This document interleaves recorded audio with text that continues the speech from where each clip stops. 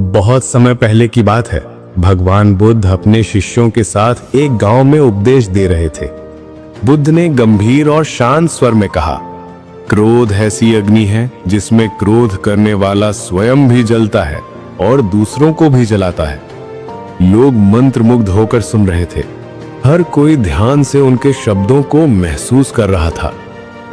तभी भीड़ में एक व्यक्ति खड़ा हुआ, गुस्से और अहंकार से भरा हुआ। उसने ऊंची आवाज में चिल्लाते हुए कहा, बुद्ध, तुम पाखंडी हो। बड़ी बड़ी बातें करना ही तुम्हारा काम है। तुम लोगों को भ्रमित कर रहे हो। तुम्हारी इन बातों की आज कोई कीमत नहीं है। वो व्यक्ति बार बार बुद्ध का अपमान करता रहा, लेकिन बुद्ध केवल शांत बैठे रहे। उनके चेहरे पर कोई क्रोध नहीं, सिर्फ अपार शांति और सहनशीलता की छाया थी। ये देखकर वो व्यक्ति और ज्यादा क्रोधित हो गया। वो सीधे बुद्ध के पास आया और उनके चेहरे पर थूक कर वहां से चला गया। रात जब वो अपने घर गया तो उसका गुस्सा शांत हुआ और पछतावे की आग ने उसका मन जलाना शुरू कर दिया। सुबह होते ही वो बुद्ध के पास दौड़ा क्षमा मांगने के लिए, लेकिन बुद्ध उस गांव से निकलकर पास के दूसरे गांव जा चुके थे।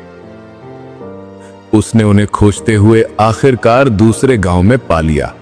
जैसे ही उसने बुद्ध को देखा, वो उनके चरणों में गिर पड़ा और आंखों में आंसू लिए बोला, भगवान, क्या भूल गए? मैंने कल आपका अपमान किया था।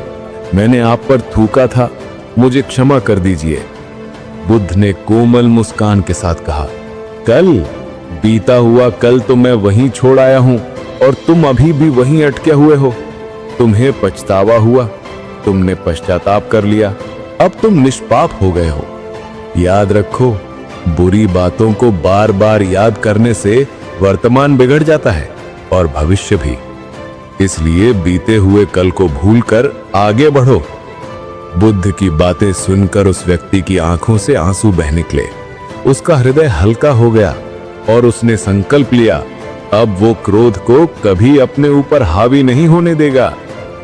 बीती हुई गलतियों और बुरी बातों को पकड़कर मत बैठो, उन्हें छोड़ दो और वर्तमान को अपनाओ। यही सच्ची शांति का मार्ग है।